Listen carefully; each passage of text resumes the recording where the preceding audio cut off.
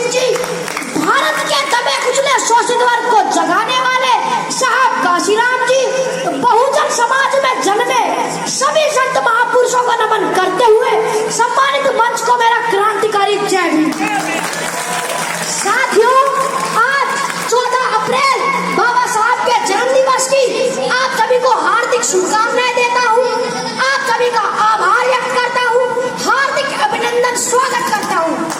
आज के दिन मैं उन लोगों के बारे में कुछ कहना चाहता हूँ जिनकी औकात चार पाई पर बैठने की नहीं थी।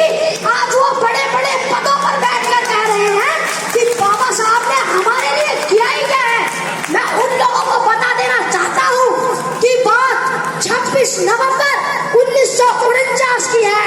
26 नवंबर 1949 को बाबा साहब ने इस देश का संविधान बनाकर